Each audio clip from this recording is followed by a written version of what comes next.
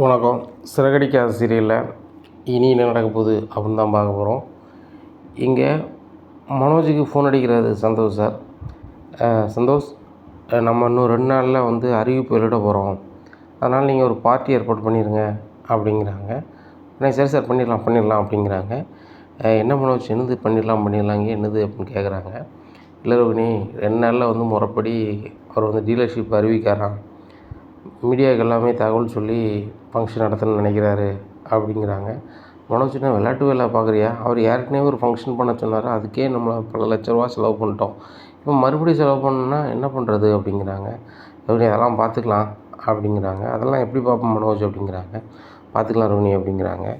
மனோஜ், நினைக்கிற மாதிரி இல்லை, அவர்கிட்ட உள்ளதை சொல்லிடு. நம்மளை பெரிய பணக்காரங்கன்னு நினைக்கிறாரு நம்ம தெரியல, நம்மளுக்கு இருக்கிறது வந்து கம்மியான பணம் தான், நம்மகிட்ட சுத்தமாக இல்லை அப்படின்ற மாதிரி சொல்லிடு, ஒன்றும் பிரச்சனை இல்லை அப்படிங்கிறாங்க. ரோகிணி, அதெல்லாம் சொன்னால் வந்து டீலர்ஷிப் தரமாட்டாங்க, நான் பணம் வேறு வழியில் ரெடி பண்ணி வச்சுருக்கேன் அப்படிங்கிறாங்க. என்னது வேறு வழியில் ரெடி பண்ணி வச்சுருக்கியா? எப்படி ரெடி பண்ணி வச்ச அப்படிங்கிறாங்க. சந்தோஷ் சார் வந்து எல்லாருக்குமே வந்து 3 லட்ச ரூபா டெபாசிட் கேட்டார், சப் டீலருக்கு எல்லாருமே. ஆனால் நான் 5 லட்ச ரூபா வசூல் பண்ணி வச்சுருக்கேன், அது சந்தோஷ் சாருக்கு தெரியாது அப்படிங்கிறாங்க. மனோஜ், நான் உங்கள்கிட்ட கேட்கும்போது பணமே இல்லை உன் அக்கௌண்ட்டில் அப்படின்னு சொன்னீங்க அப்படிங்கிறாங்க. சொன்னேன் ரோகிணி, ஆனால் வந்து வசூல் பண்ணதை வேறு ஒரு அக்கௌண்ட்டில் நான் ஓப்பன் பண்ணி வச்சுருக்கேன் எனக்கு அப்படிங்கிறாங்க. இந்த விஷயம் சந்தோஷ் சாருக்கு தெரிஞ்சால் என்ன ஆகும் அப்படிங்கிறாங்க. அவருக்கும் தெரியாது, சப் டீலருக்கும் தெரியாது, எல்லார்ட்டையும் இவ்வளோ வாங்கியிருக்காங்கன்னு சொல்லி காமனாக பேச போகிறாங்க. நான் காமனாக எல்லார்ட்டையும் ஒரே அமௌண்ட் தான் வாங்கியிருக்கேன், ஆனால் சந்தோஷ் சாருக்கு நான் வந்து கம்மியாக தான் போட்டிருக்கேன். அப்படி இருக்கும்போது சந்தோஷ் சார் நினைப்பார் எல்லார்ட்டையும் வாங்கி கொடுத்துட்டாரு மனோஜ் அப்படின்னு நினைப்பார். ஆனால் சப் டீலரை பொறுத்த மட்டும் மனோஜ் வந்து எல்லார்ட்டையும் 5 லட்ச ரூபா வாங்கியிருக்கிறாரு அப்படின்னு நினைப்பாங்க. இதை அப்படியே மெயின்டைன் பண்ணிடலாம், ஒன்றும் பிரச்சனை இல்லை, ஃபங்க்ஷன் ஏற்பாடு பண்ணிடலாம் அப்படிங்கிறாங்க. மனோஜ், இது தெரிஞ்சால் என்ன ஆகும் அப்படிங்கிறாங்க. ஒன்றும் ஆகாது, சந்தோஷ் சார் என்ன பண்ண போகிறாரு, நல்ல விவரமாக இருக்கிறாரு மனோஜ் அப்படி தான் நினைப்பார், நம்மளுக்கு பணம் வேண்டாமா ரோகிணி, அதான் நான் ரெடி பண்ணேன் அப்படிங்கிறாங்க. மனோஜ், உண்மையிலே நீங்கள் சூப்பர் தான், சரி அந்த பணத்தை எந்த அக்கௌண்ட்டில் போட்டிருக்கீங்க, அந்த அக்கௌண்ட்டை காமிங்க அப்படிங்கிறாங்க. ரோகிணி, இப்போ இருக்க வீட்டில் இருக்க நெருக்கடியில் அந்த பணத்தை நம்ம யூஸ் பண்ணாலும் பண்ணிடுவோம், அதனால நான் வந்து யார்ட்டையும் சொல்லக்கூடாதுன்னு இருந்தேன், ஏன் ஒய்ஃப்னால் உன்கிட்ட மறைக்க முடியல, அதான் உள்ளதை சொல்கிறேன், அந்த அக்கௌண்ட் வந்து நம்பரை காமிக்கிறேன் அப்படின்னு சொல்லிட்டு அந்த பாஸ்புக் காமிக்கிறாரு. மனோஜ், இவ்வளோ பணம் இருக்கா அப்படிங்கிறாங்க.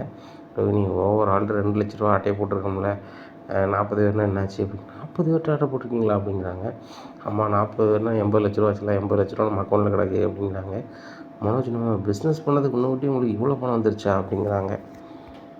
அப்போ நம்ம கண்டிப்பாக பெரிய ஆளாக வரப்போகிறோம் அப்படிங்கிறாங்க. ரோகிணி, அதில் எந்த வித மாற்று கருத்தும் கிடையாது, இவர் டீலர்ஷிப் தாரன்னு சொன்னோடனே ஏகப்பட்ட சப் டீலர் வந்து நம்மகிட்டே பேசிட்டாங்க, இன்றைக்கி வரைக்கும் வசூல் தான் ஓடிட்டுருக்கு. இப்போ 40 பேர்கிட்ட வாங்கியிருக்கேன், 80 லட்ச ரூபா நம்ம கையில் இருக்குது, மீதி பணத்தை எல்லாமே சந்தோஷ் சாருக்கு போட்டேன், இப்படியா இருக்குது அப்படிங்கிறாங்க. சந்தோஷ் சார் எந்த வகையிலையும் வந்து டெபாசிட் அமௌண்ட் இவ்வளோ தான் சொல்லிட மாட்டார் அப்படிங்கிறாங்க.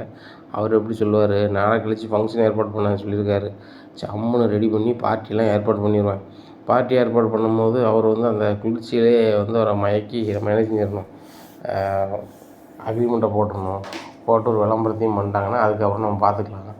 சரி மனோஜ், குடோனுக்கு என்ன செய்ய போகிற அப்படிங்கிறாங்க. ரோகிணி, குடோனுக்கு வந்து ஒரு காலி இடத்த ஒன்று கேட்டு வச்சுருக்கேன், அதில் வந்து ஷெட்ரு போட்டுக்கிற மாதிரி, அது அக்ரிமெண்ட் ஒரு 20 வருஷத்துக்கு அக்ரிமெண்ட் ஒரு ஆள்கிட்ட ரெடி பண்ணிக்கிட்டு இருக்கேன், அதை பண்ணிட்டோம்னா பண்ணிடலாம் அப்படிங்கிறாங்க. மனோஜ், எல்லாமே சாத்தியமா அப்படிங்கிறாங்க. ரோகிணி, அது எப்படினாலும் செலவு, அது ஒரு 10 லட்ச ரூபா அக்ரிமெண்ட்டு, நம்ம குடோன் ரெடி பண்ணதுக்கு ஒரு 20 லட்ச ரூபா 30 லட்ச ரூபா செலவு பண்ணோம்னா ஒரு 50 லட்ச ரூபா நம்ம கையில் நிற்கும், ஒன்றும் பிரச்சனை இல்லை. 50 லட்ச ரூபாயில் 10 லட்ச ரூபாய்க்கு பார்ட்டிஷன், 40 லட்ச ரூபா நம்ம கை முதல் இருக்கும், அதுக்கப்புறம் நம்மளுக்கு வந்து டீலர்ஷிப் ஓட நம்மளுக்கு பணம் குமிய ஆரம்பிச்சிடும் அப்படிங்கிறாங்க.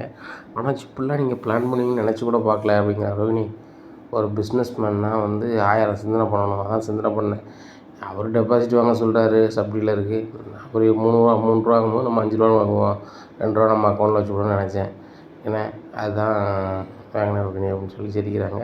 மனோஜ், அப்போ இந்த விஷயத்தை நீங்கள் என்கிட்ட சொல்லவே இல்லையே அப்படிங்கிறாங்க. இல்லை ரோகிணி, உன்கிட்ட வந்து பின்னாடி சொல்லணும்னு நினச்சேன், இதை வந்து ஒரு சொத்தாக மாற்றிட்டு, ரோகிணி இதில் ஆட்டையை போட்டு போனதில் நான் ஒரு சொத்து வாங்கியிருக்கேன் அப்படின்னு சொன்னால் நீ ரொம்ப சந்தோஷப்படுவோம்ல, அது உன் பேரில் வாங்கணும்னு நினச்சேன் அப்படிங்கிறாங்க. ரோகிணி ரொம்பவே சிரிக்கிறாங்க. மனோஜ், இப்படிலாம் நீங்கள் வந்து சீக்கிரம் வந்து பெரிய ஆளாக வந்துட்டீங்க அப்படின்னு சொன்னால் கண்டிப்பாக எங்கள் அப்பா உங்களை ரொம்பவே பெருமையாக நினைப்பாங்க அப்படிங்கிறாங்க. ரோகிணி, நான் பெரிய ஆளாக வர நினைக்கிறதே உங்கள் அப்பாவுக்காக தான், உங்கள் அப்பா எவ்வளோ கஷ்டப்பட்டு உழைச்சா எப்படி சீக்கிரம் பெரிய கோடீஸ்வரன் ஆகிருப்பார்.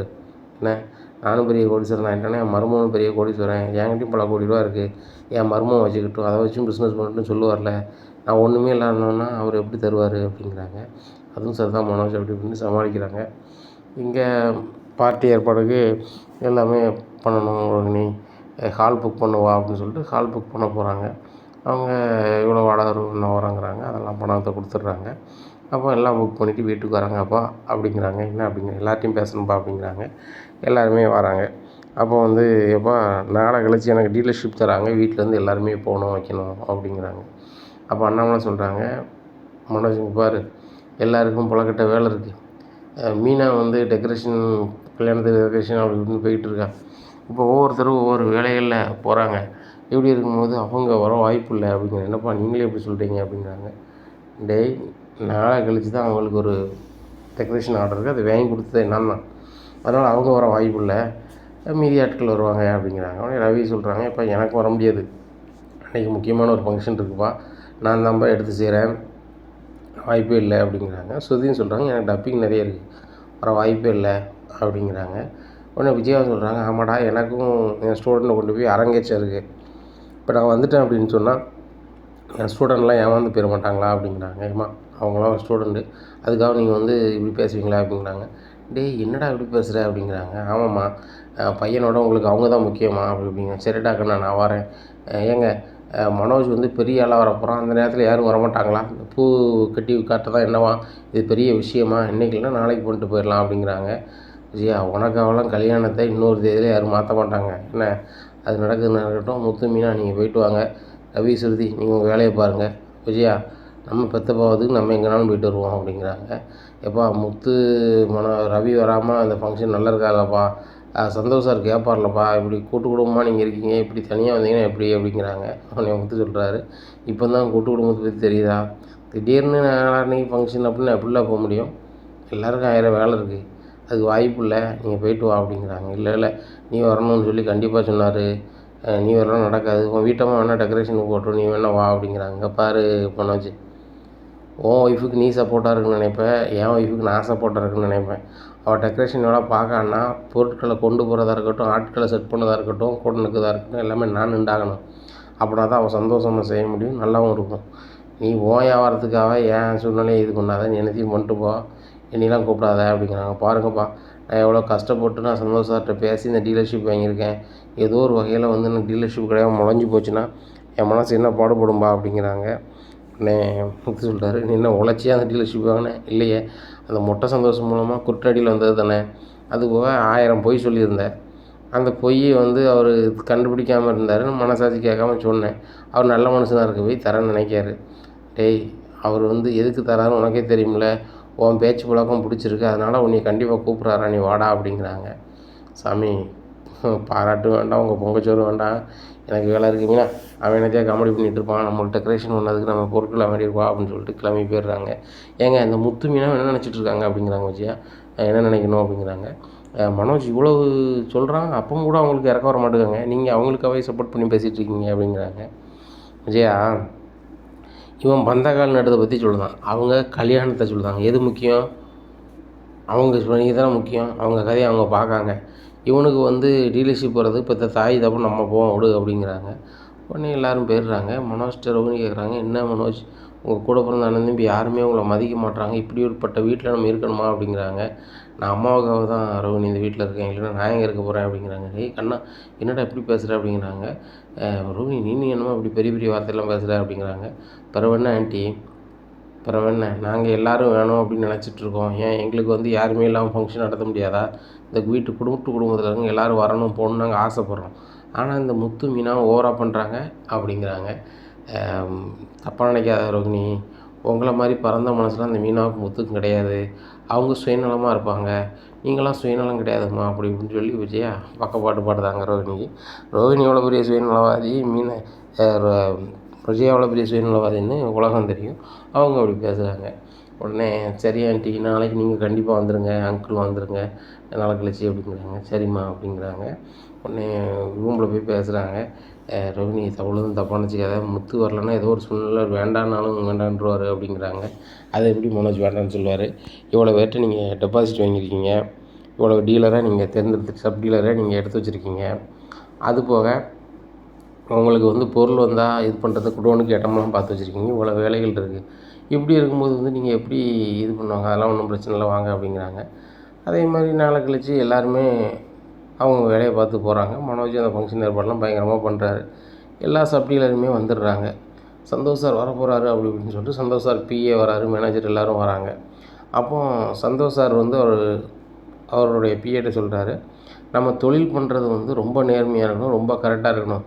நம்ம டெபாசிட் அமௌண்ட் என்ன தான் வாங்கியிருக்கோம் வச்சுருக்கோம்னு சொல்லி மீடியாவில் எல்லாருக்குமே தெரியணும், வர விளம்பரக்காரங்க எல்லாருக்குமே புரியணும். அப்படி இருக்கும்போது எவ்வளோ வாங்கியிருக்கோம் அப்படிங்கிறத நம்ம அதில் போர்டாக வச்சிடணும் அப்படிங்கிறாரு. பிஏ சொல்கிறாரு, சரி சார், இதில் சப் டீலருக்கு இவ்வளோ வசூல் பண்ணுறோம் அப்படிங்கிறத நம்ம போர்டு வச்சுருவோம். அதே மாதிரி மெயின் டீலருக்கு காசு வாங்கலை அப்படிங்கிறதையும் வச்சுருவோம் சார், ஒன்றும் பிரச்சனை இல்லை அப்படிங்கிறாங்க. சரி ரைட்டு அப்படின்னு சொல்லிட்டு ஒரு போர்டெல்லாம் தயார் பண்ணி சந்தோஷ் சார் வரதுக்கு முன்னாடி பிஏ ஸ்டேஜ் பக்கத்தில் வச்சிடுறாங்க.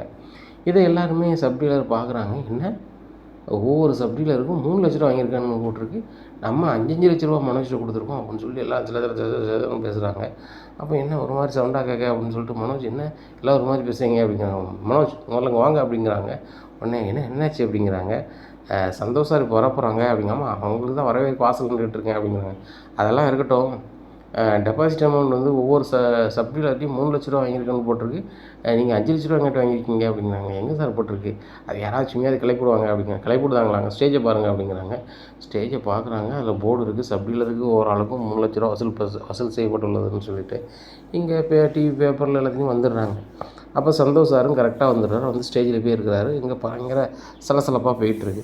அப்போ என்ன எல்லோரும் சலசலப்பாக இருக்கீங்க என்ன அப்படிங்கிறாங்க. அப்போ சப் டீலர் எழுதி சொல்கிறாரு, சார் இங்கே பாருங்கள், நீங்கள் ஒரு டீலருக்கு வந்து சப் டீலருக்கு வந்து 3 லட்ச ரூபான்னு சொல்லியிருக்கீங்க, ஆனால் எங்கிட்ட வாங்கின அமௌண்ட் 5 லட்சம் இல்லை அப்படிங்கிறாங்க. 5 லட்சமா?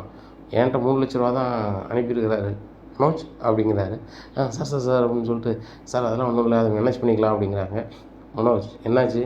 தொழிலில் கரெக்டாக இருக்கணும், 5 லட்ச ரூபா நீங்கள் வாங்கினீங்களா அவங்க சொல்லுற மாதிரி அப்படிங்கிறாங்க. சார் அது வந்து இது வந்து அப்படி இப்படி இங்கே பாருங்கள் மனோஜ், கரெக்டாக பேசுங்க, சப் டீலர்கிட்ட நீங்கள் எவ்வளோ பணம் வாங்கினீங்க அப்படின்னு கேட்குறாங்க.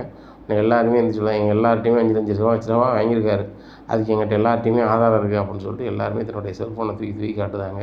அது ஒரு 5-6 பேர் செல்லை எடுத்துகிட்டு வந்து அனுப்பின ஆதாரத்தை காமிக்கிறாங்க, ஆதாரத்தோடு காமிக்காங்க சந்தோஷ் சார்கிட்ட.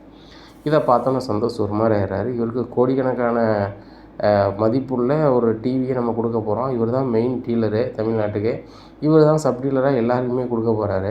அப்படி இருக்கும்போது இந்த டெபாசிட் அமௌண்ட்டு சாதாரண அமௌண்ட்டு, இந்த அமௌண்ட்லேயே விட்ட சுத்தம் இல்லையே, நாளைக்கு கோடிக்கணக்கான பணம் வந்துச்சுன்னா என்னத்தையாவது பண்ணி ஆட்டையை போட்டாலும் நம்ம என்ன பண்ண முடியும் அப்படின்னு சொல்லிட்டு சந்தோஷ் ஒன்றும் விடாமல் தலையில் கை வச்சிடுறாரு. இன்னும் முட்டை சந்தோஷம் என்ன சார் ஆச்சு அப்படிங்கிறாங்க. சந்தோஷ் போயிருங்க, நீங்கள் பொருளாதாரத்தில் கஷ்டப்பட்டாலும் நான் ஒரு நேரத்தில் உங்கள்கிட்ட பழகிட்டேன் அப்படின்னு சொல்லிட்டு இன்றைக்கு வரைக்கும் உங்களுக்கு நான் மரியாதை கொடுக்குறேன். நான் எங்கே இருந்தாலும் நீங்கள் ஃபோன் அடித்தா எடுத்து பேசுகிறேன், சரிங்களா? ஆனால் வந்து நீங்கள் அறிமுகப்படுத்த ஆள் ஏன் இப்படி இருக்கிறாரு? அவங்க ஃபேமிலியில் அங்கே அப்படிங்கிறாங்க. அங்கே அண்ணாமலை ஸ்டேஜில் உட்காந்துருக்காரு. ஐயா அப்படிங்கிறாங்க, உங்கள் பையன் என்னங்கய்யா, உங்கள் வளர்ப்பு நல்லா இருக்குன்னு சொல்லிட்டு தான் நான் டீலர்ஷிப் கொடுக்குன்னு நினச்சேன். மெயினாக இவரோட தம்பி முத்துக்காக தான் வந்து நான் கொடுக்கணுன்னு நினச்சேன். இவரை பற்றி எனக்கு நல்ல அபிப்பிராயமே இல்லை சொல்லப்போனால், இதுதான் உண்மை.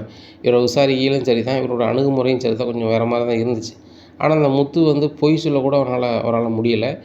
அவர் வந்து எதார்த்தமாக இருந்தார். எதார்த்த மனிதரோட அண்ணனுக்கு கொடுப்போம், அவனுக்காக கொடுப்போன்னு தான் கொடுத்தேன். ஆனால் இப்படி பண்ணால் நாங்கள் எப்படி சார் ரன் பண்ண முடியும்? சொல்லுதும் தப்பாக நினச்சிக்காதீங்க, நீங்கள் உங்கள் முத்து பையனை நல்லா வளர்த்துருக்கீங்க, ஊர் உலகம் போச்சு மாதிரி வளர்த்துருக்கீங்க, ஆனால் அவங்க மூத்த பையனை நீங்கள் சுத்தமாக நல்லா வளர்க்கலை அப்படிங்கிறாங்க. ஐயா நீங்கள் சொல்லுது 100% உண்மை. மூத்த பையனை வளர்த்தது என் பொண்டாட்டி விஜயா, அவங்ககிட்ட நீங்கள் சொல்லுங்கள், என்ன மன்னிச்சிருக்கீங்க அப்படிங்கிறாங்க. ஐயா உங்கள் மேலே என்ன தப்பு இருக்குது? டீலர்ஷிப் வந்து நான் மனோஜ் கொடுக்க போகிறதில்ல, ரொம்ப கஷ்டமாக இருக்குது, இது சரி வராது, என் தொழில் ரொம்ப போயிடும் சார். பாருங்கள், 40 டீலர்ட்டையும் ஆளுக்கு 2 லட்ச ரூபா வாங்கியிருக்காரு, இப்போ 80 லட்ச ரூபாயை இவர் அக்கௌண்ட்டில் போட்டிருக்கிறாரு. இப்போ ஏற்பட்ட மனுஷனுக்கு நான் டீலர்ஷிப் கொடுத்தா எப்படி வரும்? அப்படி இப்படிங்கும்போது நிறைய விளம்பரம் இதில் இருந்து இதை வந்து இந்த இப்படிலாம் நடக்குது அப்படின்னு சொல்லி லைவில் போட்டிருந்தாங்க நியூஸை. போட்டோன்னா ஃபங்க்ஷன் கேன்சல், இன்னொரு நாள் நாங்கள் வந்து எனக்கு டீலர் யாருன்னு அறிவிப்பேன்னு சொல்லிட்டு அவர் எந்திரிச்சு போயிடுறாரு. சப் டீலர் போகிறோம், எங்களுக்கு இப்போ 2 லட்ச ரூபா எங்களுக்கு 2 லட்சம் அவர் எங்களை சப் டீலரை ஏற்றுக்கிட்டாரு. அவர் யாருனாலும் டீலராக போட்டு போகிறாரு. ஆனால் இப்போ எங்களுக்கு 2 லட்சம் உடனே வந்தாகணும் அப்படிங்கிறாங்க. இங்கே மனோஜுக்கு என்ன செய்யனே தெரில. இந்த ஃபங்க்ஷனுக்கு நம்ம 15 லட்ச ரூபா செலவு பண்ணியிருக்கோம். குடோனுக்கு அட்வான்ஸ் 10 லட்ச ரூபா கொடுத்தாச்சு. இந்த மண்டபத்துக்கு வேறு 3 லட்ச ரூபா கொடுத்துருக்குறோம். இவ்வளோ பணமும் இதில் வந்து செலவு பண்ணிட்டோம், என்ன செய்யணும்னு தெரியலன்னு முழிக்கிறாரு. உடனே எல்லோரும் கேட்குறாங்க, பணம் ஒழுங்கு மரியாதையாக வரணும், இல்லை அவ்வளோதான் அப்படிங்கிறாங்க. உடனே இருக்கிறவங்க சொல்கிறாங்க, இவரை பற்றி விசாரித்து பார்த்தா இப்போ தான் தெரியுது, இவர் வாங்கின பணத்தை கொடுக்க மாட்டாராம். அது போக இவர் வந்து கடையை வச்சே 4 மாதம் தான் ஆச்சான். அது போக இவருக்கு பெரிய அளவில் சொத்தோ ஏதோ கிடையாது. எங்கள் அம்மா பேரில் வீட்டில் தான் இருக்காராம். அதனால் இவர் பணம் வந்து இவர் அக்கௌண்ட்டில் இருக்க தான் இது பண்ணணும். முதல்ல அவரை நம்ம எல்லாருமே கூப்பிட்டு போய் நம்மளுக்கு வாங்க வேண்டிய பணத்தை வாங்கிடணும் அப்படிங்கிறாங்க. எல்லோரும் பேசி பார்க்குறாங்க, நடக்கலை. சும்மானாச்சு ஏதாவது சொல்லி தப்பிச்சு போகணும் மாதிரி நினைக்காரு. உடனே சம்மந்தப்பட்ட அதிகாரிகளுக்கு தகவல் சொல்லிடுறாங்க, வந்துடுறாங்க. என்ன சார் பிரச்சனை அப்படிங்கிறாங்க. ஒரு பிரச்சனை இல்லை சார் அப்படிங்கிறாங்க. உங்கள் மேலே தான் பிரச்சனை, ஒவ்வொரு ஆளையும் ஏமாற்றி நீங்கள் 2 லட்ச ரூபா வாங்கியிருக்கதாக சொல்கிறாங்க. முதல்ல அவங்களுக்கு செட்டில் பண்ண வழியை பாருங்கள் அப்படிங்கிறாங்க. இல்லை சார் என்கிட்ட அவ்வளோ பணம் இல்லை, நான் செலவு பண்ணிட்டேன் வச்சுட்டேன் அப்படிங்கிறாங்க. யார் பணத்தில் யார் செலவு பண்ணுறது? எங்கள் பணத்தை வாங்கி நீ செலவு பண்ணி நீ டீலர் ஆகணும்னு நினைக்கிற?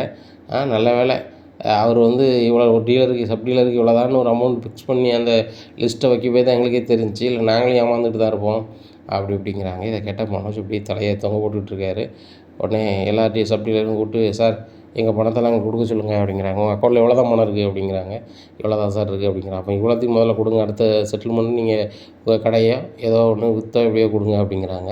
உடனே எல்லாருமே இங்கே இருக்கிறாங்க, அதிகாரிகள் கூப்பிட்டு போகிறாங்க பேங்க்கு, இருக்க பணத்தை எடுத்து வராங்க. சார் எல்லாருக்குமே 1.5 லட்ச ரூபா கணக்கு பண்ணி இப்போ தந்தாச்சு. இன்னும் 1/2 லட்ச ரூபா எல்லாருக்கும் தரணும். 40 இன்டு 1/2 லட்சம் எவ்வளோ ஆச்சு? 20 லட்ச ரூபா மனோஜ் தரணும். அதை வந்து அவர் கடையை விற்று தருவார் அப்படின்னு அந்த அதிகாரி சொல்கிறாங்க. சார் நான் கடையை விற்று எப்படி கொடுக்க முடியும், கொஞ்சமாக தான் கொடுக்க முடியும் அப்படிங்கிறாங்க. உடனே சப் டீலர்லாம் சொல்லுவாங்க, அதுக்கெலாம் நாங்கள் ஆள் கிடையாது, உங்களுக்கு 1 வாரம் டைம், எங்களுக்கு ஆளுக்கு 50,000 வந்திருக்கணும். சந்தோஷ் சார் என்றைக்கு டீலர் அறிவிக்காங்களோ நாங்கள் அதை பார்த்துக்குறோம். எங்களுக்கு எல்லாருக்குமே டீலர்ஷிப் சப் டீலர் உண்டுன்னு சொல்லிட்டாரு. அவர் தான் ஓனரு, நீங்கள் இடையில வந்த ஆள் தான், சரிங்களா? எனக்கு ஒழுங்காக வந்தாகணும், இல்லைன்னா நீ உள்ளே தான் இருப்ப அப்படின்னு சொல்லிட்டு அவ்வளோ வேறும்னு சொல்லிட்டு போயிடுறாங்க. இங்கே மனோஜுக்கு என்ன செய்யனே தெரில. இவ்வளோ செலவு பண்ணி ஃபங்க்ஷன் வச்சோம், அப்படியே நம்மளுக்கு டீலர்ஷிப் கிடையாது அப்படி இப்படின்னு சொல்லணும்னா ரொம்ப முடிக்கிறாங்க. அப்போ அண்ணாமலை சொல்கிறாங்க, மனோஜ் இந்த பிரச்சனைக்கெலாம் ஒரே ஒரு காரணம் தான், உங்கள்கிட்ட நேர்மை இல்லாதது தான், ரொம்ப ஆசை பிடிக்கிறது தான். ஏன்னா இந்த மாதிரி இருந்த அப்படின்னா நீ வாழ்க்கையில் முன்னேறியே கிடவே முடியாது. இப்போ 20 லட்ச ரூபாய்க்கு கடன்காரன் ஆகிட்ட, நீ என்ன பண்ண போகிற அப்படிங்கிறாங்க. இந்த செய்தியெல்லாம் பார்த்துட்டு பேங்கில் உள்ளவங்க நேராக மண்டபத்துக்கு வந்துடுறாங்க. இங்கே பாருங்கள் மனோஜ், நீங்கள் கிரெடிட் கார்டுக்கு 10 லட்ச ரூபா லோன் வாங்கினீங்க, கெட்டவே இல்லை. அதுபோக வந்து அவங்க ஸ்டாஃப்கிட்டே நீங்கள் வந்து தனிப்பட்ட முறையில் ஒரு 3 லட்ச ரூபா கடை வாங்கியிருக்கீங்க. இதெல்லாம் நடந்திருக்கு, எங்களுக்கு அது தேவையில்லை. இப்போ எங்கள் பேங்க்கு கட்ட வேண்டிய பணத்தை கட்டுங்க அப்படிங்கிறாங்க. இதை கேட்டால் அண்ணாமலைக்கு ரொம்ப ஷாக்கு. இன்னொரு 10 லட்சம் கடை இருக்கா, அதுபோக இன்னொரு ஸ்டாஃப்ட்டு 3 லட்சம் இருக்கா அப்படின்னு சொல்லிட்டு, அப்போ மனோஜ் அப்போ 33 லட்ச ரூபா கொடுக்கணுமா அப்படிங்கும்போது மனோஜ் கவுந்துக்கிட்டு இருக்காரு. என்ன கவுந்துக்கிட்டு இருக்க அப்படிங்கிறாங்க. உடனே அப்பா சாரிப்பா, சாரி பூரின்ட்டு இருக்க விஜயா கிளம்பு அப்படின்னு சொல்லிட்டு விஜயாவை கூப்பிட்டு போயிடுறாங்க. இங்கே விஜயாவுக்கு ஒன்றுமே பேச முடியல. ரோகிணி ரொம்ப கவுந்துக்கிட்டே நிற்காங்க. இப்படியே இருக்குது. இவங்க வீட்டுக்கு வந்து அண்ணாமலை வந்து விஜயாட்ட சொல்கிறாங்க, விஜயா அவனை சுத்தமாகவே கெடுத்து வச்சுருக்கியே, வாழ்க்கையில் முன்னேறணும் எப்படி வழியே தெரியலையே. அவன் கடை வந்து 15 லட்ச ரூபாய்க்கு ஆரம்பித்தோம்னா, அதுக்கப்புறம் என் மாமனார் கொஞ்சம் பணம் அனுப்புனாருன்னா, இப்போ பாரு 30 லட்ச ரூபாய்க்கு மேலே கடை இருக்குது, என்ன செய்ய போகிறான்? கடையை விற்றா கூட காணாத, இதை அடைக்கிறதுக்கு என்ன பண்ண போகிறான் அப்படிங்கிறாங்க. ஏங்க நம்ம தாங்க ஏதோ ஒரு வகையில் வந்து மனோஜ் ஹெல்ப் பண்ணி அவனை எந்திரிக்க வைக்கணும் அப்படிங்கிறாங்க. இங்கே பாரு விஜயா, மனோஜ் வந்து நேர்மையாக தொழில் பண்ணுறான், அதில் ஏதோ நட்டம் அடைஞ்சிட்டான் எதிர்பாராத விதமாக அப்படின்னு சொன்னால், ஒரு வீட்டு பத்திரத்தை வச்சியோ இல்லை யார்ட்டையோ கடன் வாங்கின்னு கொடுக்கலாம். இவன் அகலக்கால் வைக்கிறது நேர்மை இல்லாமல், இவனுக்கு வீட்டு பத்திரத்தை வச்சோ இல்லை யார்ட்டையோ வாங்கி கொடுத்து நம்ம வந்து தலை போட்டால் அது சரியே வராது. வேணா ஒன்று செய், உங்ககிட்ட கொஞ்சம் நகை இருக்குது, அந்த நகை வேணால் விற்று கொடுத்துட்டு வெறும் நூலை கழுத்தில் போட்டுக்கான் அப்படிங்கிறாங்க. நானும் இவனை நம்பி கொடுக்க மாட்டேங்க அப்படிங்கிறாங்க. நீ மனோஜ் நம்பி நகை நட்டால் கொடுக்க மாட்டேன், நான் அப்புறம் எப்படி வீட்டு பத்திரத்தை கொடு, அவன் எப்படி திருப்பி தருவான்னு சொல்லுவேன், அது சரியே வராது. கடை வச்சு 4 மாதத்தில் இவ்வளவு ஃப்ராடுத்தனம், இவ்வளவு கடன்னா அது சரியே வராது. விஜயா இன்னுமா அந்த வீட்டுக்குள்ளே வரக்கூடாது.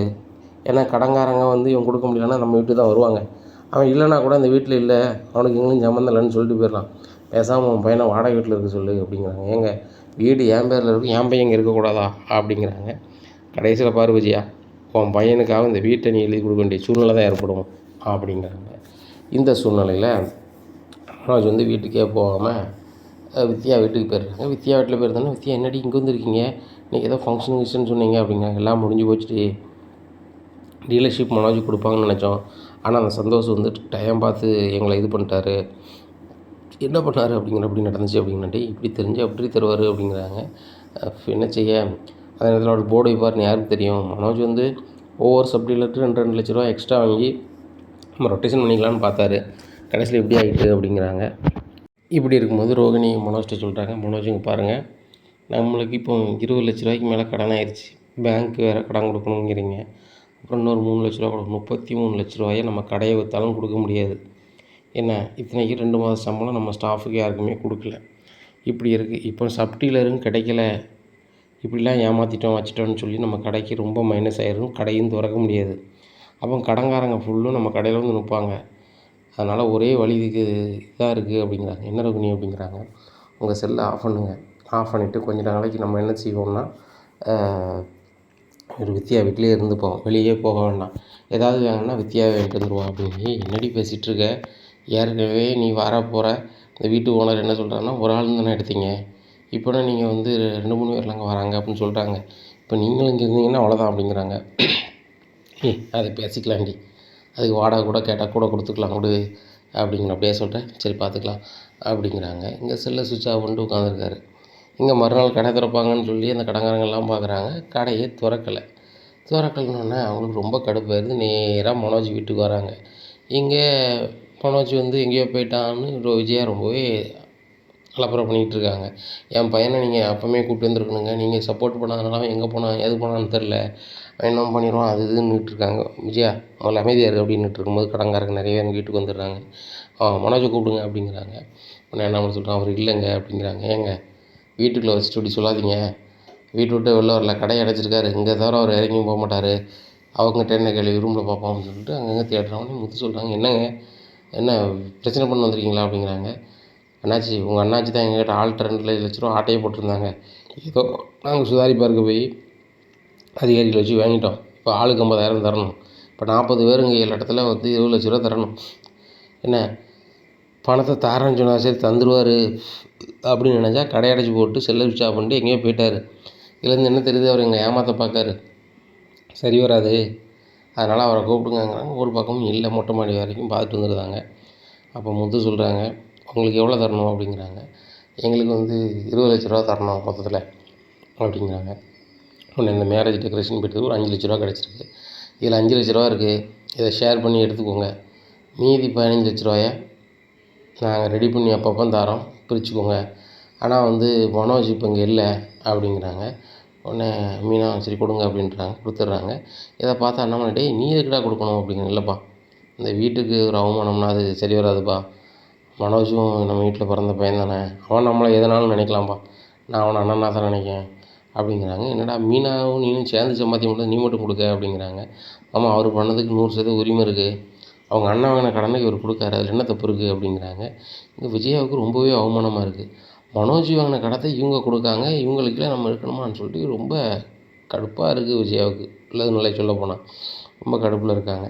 அப்போ அண்ணாமலை சொல்கிறாங்க, டேய் முத்து, இப்படிலாம் நீ இருக்காத, மனோஜ் கடன் வாங்கியிருக்கான் அப்படிங்கிறதுக்காக நீ கொடுக்கணுன்னு அவசியம் இல்லை, அவனுக்கும் இந்த வீட்டுக்கும் சம்மந்தம் கிடையாது, இனிமேல் இந்த வீட்டுக்கு அவன் வரமாட்டான், அதுக்கு நான் பொறுப்பு, இனிமேல் நீ கடன் கொடுக்க வேண்டாம் அப்படிங்கிறாங்க. கடன்காரங்க சொல்கிறாங்க, சார் இங்கே பாருங்கள், நாங்கள் பிரித்து எடுத்துக்கிறோம், நீங்கள் உறுதிமொழி ஏற்பீங்கன்னா நாங்கள் போகிறோம் அப்படிங்கிறாங்க. நான் பொறுப்பு சார், நீங்கள் போங்க அப்படின்னோடனே எல்லோரும் போயிடுறாங்க. உடனே பார்த்தியா விஜயா, இந்த முத்தையும் மீனாவையும் நீங்கள் என்னத்தை குறை பேசினாலும் சரி தான், இந்த வீட்டில் உள்ளவங்களுக்கு ஏதாவது ஒரு பிரச்சனை அப்படி இப்படின்னா கரெக்டாக வந்து அவங்க தான் உதவுவாங்க, பார்த்துக்கோ அப்படிங்கிறாங்க. உடனே அண்ணாமலை சொல்கிறாங்க, டேய் மனோஜ் எங்கே போனால் எது போனான்னு தெரியுமா அப்படிங்கிறாங்க. இப்போ ஒன்றுமே தெரியலை, அது ரோகிணி பிள்ளை செல் நம்பரும் சுவிட்ச் ஆஃப்னு வருது அப்படிங்கும்போது இவங்க மீனா சொல்கிறாங்க, ஏங்க வித்யாவுக்கு தெரியாமல் இருக்காது, வித்யாவுக்கு கால் பண்ணி கேட்டு பாருங்கள் அப்படிங்கிறாங்க. உடனே வித்யாவுக்கு முத்து கால் பண்ணுறாங்க. வித்யா நல்லா இருக்கேன், நான் முத்து பேசுகிறேன் அப்படிங்க. சொல்லுங்கள் முத்து அப்படிங்கிறாங்க. ரோகிணி மனோஜை பற்றி உனக்கு தெரியுமாம்மா அப்படிங்கிறாங்க. தெரியலையே அப்படிங்கிறாங்க. இல்லை செல்லு சுவிட்ச் ஆஃப்னு வருது, நேற்று வீட்டுக்கு வரல, இப்போ வரைக்கும் வீட்டுக்கு வரலாமா, ஒரு பிரச்சனையாக போயிட்டுருக்கு, அதான் கேட்டேன் அப்படிங்கிறாங்க. இல்லை அப்படிங்கிறாங்க. சரிம்மா, தெரிஞ்ச தகவல் சொல்லு அப்படிங்கிறாங்க. மறுநாள் ஆகுது, மீனா பூ வரதுக்கு அங்கங்கே போகிறாங்க. அப்போ ரோகிணி வந்து வித்யா வீட்டு வாசல் நின்ற மாதிரி தெரியுது. இது ரோகிணி வந்து அங்கே நின்ற மாதிரி இருக்குது அப்படின்னு சொல்லிட்டு போகிறாங்க. ரோகிணியும் மனோஜும் தான். நீங்கள் இங்கே இருந்துக்கிட்டு செல்லெல்லாம் ஆஃப் பண்ணிகிட்டு இருக்கீங்க, உங்களை தேடி ஏகப்பட்ட கடன்காரங்க வராங்க, அப்படின்னோடனே மீனாலாம் அப்படி பேசுகிறா அப்படின்னு சொல்லிட்டு, மீனா அதை பற்றி உங்களுக்கு என்ன அப்படிங்க. உங்களுக்கு என்னவா, நாங்கள் உழைச்ச 5 லட்ச ரூபாயை வந்து அவங்ககிட்ட ஷேர் பண்ணி கொடுத்துருக்கோம் 40 பேருக்கு, இன்னும் 15 லட்ச ரூபா எப்போ தருவீங்கன்னு கேட்டு போகிறாங்க, நாங்கள் பணம் ரெடி பண்ணி தரோன்னு சொல்லியிருக்கோம், உங்கள் பாட்டில் செல்லை சுவிட்ச் ஆஃப் பண்ணிட்டு இங்கே இருக்கீங்க, வீட்டுக்கு வாங்க அப்படிங்கிறாங்க. மீனா, எங்களை இங்கே இருக்கதாகவோ வச்சதாக யார்ட்டும் சொல்லாதீங்க, எங்களுக்கு கடையை காப்பாற்றினா வேறு வழி தெரியல, கடையை விற்று அவங்கள்ட்ட கொடுத்துட்டு நாங்கள் கஷ்டப்படவா அப்படிங்கிறாங்க. இங்கே பாருங்கள் ரோகிணி, ஒரு பிரச்சனை வந்துச்சுன்னா அதை எதிர்கொள்ளதுக்கு என்ன செய்யணுமோ அதை தான் செய்யணும். நீங்கள் என்னன்னா செல்லை ஆஃப் பண்ணிக்கிட்டு வந்து இருந்தால் சரியாக போச்சா அப்படிங்கிறாங்க. வித்தியாவும் சொல்கிறாங்க. மீனா சொல்கிறது சரிதானடி, செல்லை ஆஃப் பண்ணிட்டு இங்கே இருந்தால் சரியாக போச்சா, அடுத்தாப்புல என்ன செய்யலாங்கிறது நீங்கள் முயற்சி பண்ணணும்ல அப்படிங்கிறாங்க. மனோஜ், வாங்க நம்ம வீட்டுக்கு போகலாம் அப்படிங்கிறாங்க. நான் வரல ரோகிணி, அந்த பிள்ளை வந்து தேவையில்லாத இதெல்லாம் நம்ம மாட்டி விட பார்க்கு, மீனாவும் முத்தும் வந்து நம்மளுக்கு எதிராக தான் இருப்பாங்க, அவங்க நம்மளை எல்லாவது கோர்த்து விடுற மாதிரி இருக்குது, நான் வரல, என் ஃப்ரெண்டு வீடு ஒரு இடத்துல இருக்காங்க, கிளம்பலாம், நீ கிளம்பு அப்படிங்கிறாங்க. உடனே மீனா வந்து முத்துக்கு கால் பண்ணிடுறாங்க. முத்து வந்துடுறாங்க. டேய் முட்டாள், மேலும் மேலும் முட்டாள்தனமான கதையை செய்யாத, ஒழுங்காக வீட்டுக்கு வந்து சேரு, அம்மா உன்னை பார்க்காம சாப்பிடாம வைக்காமல் இருக்காங்க, அதுபோக கடன் ஆயிடுச்சு உனக்கு, அந்த கடனெல்லாம் அடைச்சிடலாம், நீ கடையை நடத்து, அந்த கடைக்கு கடனுக்கு பொறுப்பு நான் தான் எடுத்திருக்கேன், கொஞ்சம் கொஞ்சமாக கொடுத்துடலாம்டா, நீ வீட்டுக்கு வா, அப்பாவும் அம்மாவும் கடைசி காலத்தில் இருக்காங்க, அவங்கள சந்தோஷமாக வச்சுக்கணும், இப்படி நீ கடனை வாங்கிட்டு ஊர் ஊராக ஓடணுன்னா அவங்களுக்கு எவ்வளோ பெரிய அசிங்கம்டா, இதை அடைச்சிடலாம், நீ கடையை ஒழுங்கா நடத்து அப்படிங்கிறாங்க. உடனே மனோஜ் வேறு வழி இல்லாமல் ஒவ்வொன்றும் ஏற்றுக்கிட்டு வீட்டுக்கு வந்துடுறாங்க. அப்போ அண்ணாமலை சொல்கிறாங்க, உங்கள் கடனை முத்து கடன் மாதிரி மீன கடன் மாதிரி அவங்க ஏற்றுக்கிட்டாங்க, இனிமையாவது ஒழுங்காரு, அண்ணன் தம்பி பாசம்னா என்ன அப்படின்னு சொல்லி முத்தை பார்த்து கற்றுக்க, உனக்கு ஒரு கதை ஆகணும்னா நீ எல்லாரையும் கலத்தி விடுவ, சின்ன வயசுலேருந்து அப்படி தான், ஆனால் முத்து அப்படி இல்லை, யாருக்காவது ஒரு பிரச்சனை அவன் வந்து தன் தலையை கொடுப்பான், உனக்கு பெரிய பிரச்சனைக்கு அவன் தலை கொடுத்து பல பிரச்சனையை அவன் அனுபவிச்சிருக்கான், இப்படிப்பட்ட முத்தை நீ நம்பாமல் நீ வந்து பணம் காசு தான் பெருசு அப்படின்ற மாதிரி இது பண்ணுற பாரு, உனக்கு இக்கட்டான சூழ்நிலை தம்பி துணை இருக்கான், கண்டிப்பாக நீ நிலைமைக்கு வரலாம் அப்படிங்கிறாங்க. இங்கே மனோஜ் இந்த கடனை வச்சு முத்தை வச்சு அடைச்சிட்டு நம்ம ரிலீஃப் ஆகிடணும் மனநிலையில் இருக்கார். அப்பவும் கூட தம்பி நம்மளுக்கு கடன் அடைச்சிருக்காரு, நன்றியாக இருக்கணும் அப்படின்லாம் கிடையாது. இந்த ரவி சொல்கிறாரு, டேய் மனோஜ், கடையை அடைச்சிட்டு ஒன்றா மட்டும் என்னடா ஆயிரும், கடையை அடுத்தாப்புல நடத்தி ஜெயிக்குது என்ன வழி, அதை பாரு அப்படிங்கிறாங்க. டேய் ஒரு உதவி செய்யிட்டா ரவி, உன் மாமனார் நல்லா வசதியாக தானே இருக்கார், அவர்கிட்ட சொல்லி ஒரு 30 லட்ச ரூபா வாங்கித்தாடா, நான் கடனெல்லாம் அடைச்சிட்டு நிம்மதியாக இருப்பேன் அப்படிங்கிறாங்க. உடனே முத்து சிரிக்கிறாரேப்பா, இவன் திருந்தவே மாட்டான், நான் இந்த வாரம் தெரியும் இவன் திருந்திருவாங்குத நம்பிக்கையில் நான் 15 லட்ச ரூபா தாரேன்னு சொல்லிட்டேன், இனிமேல் கடன்காரங்க வந்தால் கூட எனக்கு அதுக்கும் சம்மதம் சொல்ல வேண்டியிருக்குன்னு நினைக்கும்பா, பாருங்கள் இப்போவும் யார்ட்டையாவது கடனை வாங்கி ஏதாவது பண்ணதுன்னு நினைக்கிறான், நம்மகிட்ட தெரியும் போதே இப்படிலாம் பேசுகிறான், தெரியாமல் எத்தனை பேர் நம்ம கடன் வாங்க போகிறான்னு தெரிலப்பா அப்படிங்கிறாங்க. உடனே முத்து, இவனை நம்பி நீ எவனுமே கடன் தர மாட்டான், ஏன்னா பேப்பர்லேருந்து டிவிலேருந்து எல்லாம் வந்துருச்சு, இவன் டைப் எல்லாமே தெரிஞ்சிருச்சு, யாரும் கூட 5 பைசா கொடுக்க மாட்டாங்க, விளங்கிட்டா, யாரும் கேட்காம இருந்தால் சரிதான் அப்படி இப்படின்ட்டு இருக்கும்போது ஒரு ஆள் நோட்டீஸ் கொண்டு கொடுக்காரு. சந்தோஷ் சார் வந்து உங்கள் மேலே நடவடிக்கை எடுக்கிறதுக்கு வந்து நோட்டீஸ் அனுப்பியிருக்காரு அப்படின்னு சொல்லிட்டு, இதை பார்த்தோன்னா மனோஜ் அரண்டுறாரு. அவர் டீலர்ஷிப் தானே தரமாட்டேன்னு இப்படி செய்தார் அப்படின்ட்டு. உடனே ரோஹிணி முழிக்காங்க, மனோஜும் முழிக்கிறாங்க. நம்ம இப்படி பண்ணியிருக்காங்க, என்கிட்ட வந்து எனக்கு மான நஷ்டம் வேணும்னு சொல்லி கேட்காங்க, அதுவும் 50 கோடி ரூபா கேட்குறாங்க, 50 கோடி ரூபாய்க்கு நான் எங்கேம்மா போவேன் அப்படிங்கிறாங்க. உடனே முத்து சிரிக்கிறாரு, 50 கோடின்னு உனக்கு எழுதி பார்க்க வேணால் தெரியும், அந்த பணம் ஒன்றை ஒரு நாள் வரப்போகிறது இல்லைன்னா இப்படி கேட்குறாரு அப்படின்னு சொல்லிட்டு, சரி அவர் நம்பரை கொண்டா அப்படின்னு சொல்லிட்டு கால் பண்ணுறாரு. சார் நான் வந்து மனோஜ் தம்பி முத்து பேசுகிறேன் அப்படிங்கிறாங்க. சொல்லு தம்பி அப்படிங்கிறாங்க. சார் எங்கள் அண்ணன் பண்ணது எல்லா வகையிலும் தப்பு தான், அவன் இப்படி பண்ணோம்னு எனக்கு உண்மையிலே தெரியாது, எங்கள் வீட்டில் அவன் பெரிய ஆளாக வரணும்னு சொல்லி பில்டப் பண்ணிகிட்டே இருப்பான், சரி என்றைக்கா ஒரு நாள் பெரிய ஆளாக வந்துட்டு போகிறான் அப்படின்னு நினைப்பான், ஆனால் வந்து இப்படி சப்டீலர்க்கெலாம் பணம் ஏமாற்றிருப்பான் வச்சுருப்பான் எனக்கு சத்தியமாக தெரியாது, ஏமாற்றிருக்கான் நிஜம்தான், ஆனால் அந்த கடனை வந்து 15 லட்ச ரூபா கொடுத்துருக்குறேன், நான் ஒரு 5 லட்சம் 20 லட்ச ரூபா கொடுத்துட்டு நான் இன்னொரு அவங்களுக்கு ஒரு மொத்தத்திலே ஒரு 40 15 லட்ச ரூபா தான் சார் கொடுக்கணும், அதை நான் கொடுத்துருவேன் சார், நீங்கள் இது நேரத்தில் வந்து நோட்டீஸ்லாம் அனுப்பியிருக்கீங்க அப்படிங்கிறாங்க. இல்லை தவிர தப்பான செய்யாதங்க முத்து, மனோஜால் எங்கள் கம்பெனிக்கு ரொம்ப பேர் கெட்டு போச்சு, இந்த கம்பெனி பேரை சொல்லி தான் வாங்கிட்டாங்க வச்சுட்டாங்கன்னு சொல்லி, அதனால் எனக்கு மன உளைச்சல் ஆயிடுச்சு, அதான் அனுப்பியிருக்கேன் அப்படிங்கிறாங்க. சார் எனக்காக தயவுசெய்து கொஞ்சம் மன்னிச்சுக்கங்க சார் அப்படிங்கிறாங்க முத்து. நான் யாருக்காகவும் நான் செஞ்சதை வந்து திருப்பி பண்ண மாட்டேன், ஆனால் உங்கள் பேச்சு எனக்கு ரொம்பவே பிடிச்சிருக்கு, அதுபோக தாழ்வாக பேசுகிறீங்க, சரி தம்பி அந்த நோட்டீஸ் நீங்கள் ஒரு பொருட்டாக வேண்டாம், நான் வந்து என்னமும் செய்ய மாட்டேன், மனோஜ் வந்து இன்னுமே என்கிட்ட எந்த கதைக்கும் வரக்கூடாது, ஏன் சப்டீலர் கேட்டு கூட என்கிட்ட வரக்கூடாது, நீங்கள் பார்த்துக்கோங்க அப்படிங்கிறாங்க. சரி சார் அப்படிங்கிறாங்க. டேய் சந்தோஷ் சார்கிட்ட பேசிட்டேன், அவர் சரின்ட்டார், இன்னமும் உனக்கு அவருக்கு எந்த பிரச்சனையும் இல்லை, இருக்க கடனை ஒழுங்காக கொடுத்துட்டு தொழில் நடத்தப்பார், இல்லையா தொழில் நடத்த முடியலையா அப்பாக்கிட்ட ஒழுங்கு மரியாதையாக கொடு, என்ன அப்பா பொதுவாக நடத்துவாங்க, உன் கடனை ஃபேமிலியிலேருந்து அடைச்சிருவோம் அப்படிங்கிறாங்க. இதை கேட்ட ரவி, இதுதான் கரெக்டு முத்து, அவன் கடையை நடத்தி ஜெயிச்சுக்கிட்ட மாட்டான், வீட்டுக்கே அந்த கடையை கொடுக்க சொல்லு, அவன் கடனை எல்லாமே நம்ம செட்டில் பண்ணிடுவோம் அப்படிங்கிறாங்க. இதை கேட்டால் மனோஜ், என் கடையெல்லாம் யாருக்கு நம்பி தர முடியாது அப்படிங்கிறாங்க. ஓ, கடையை நம்பி வீட்டுக்கு பொதுவாக கொடுக்க மாட்டேன், ஆனால் கடன்காரங்களுக்கு நாங்கள் பொதுவாக கடன் அடைக்கணும் அப்படிங்கிறாங்க. இன்னும் விஜயா சொல்கிறாங்க, அதை எப்படிடா கொடுக்க முடியும், அவங்க மாமனார் வீட்டு பணத்தை போட்டில் ஆரம்பிச்சிருக்கான் அப்படி இப்படிங்கிறாங்க. ஏம்மா, எல்லா லட்சணமும் தெரிஞ்ச பிறகும் மாமனார் வீட்டு பணங்கள, இந்த பணம் யார் வீட்டு பணம், எங்கள் அப்பா அண்ணாமலை வீட்டு பணம் அப்படிங்கிறாங்க. இதை கேட்டோன்னே ரோகிணி ஒரு பதினஞ்சுலும் இல்லை, மனோஜ் ஒரு பதினஞ்சுலும் இல்லை, அப்படி திருன்னு முழிச்சிக்கிட்டு இருக்காங்க. இனி என்ன நடக்கும் இந்த அண்ணாமலை வீட்டில் அப்படிங்கிறத பொறுத்திருந்து பார்க்கலாம். நம்ம சேனலை கொஞ்சம் மறக்காமல் லைக் அண்ட் சப்ஸ்கிரைப் பண்ணுங்கள். நன்றி, வணக்கம்.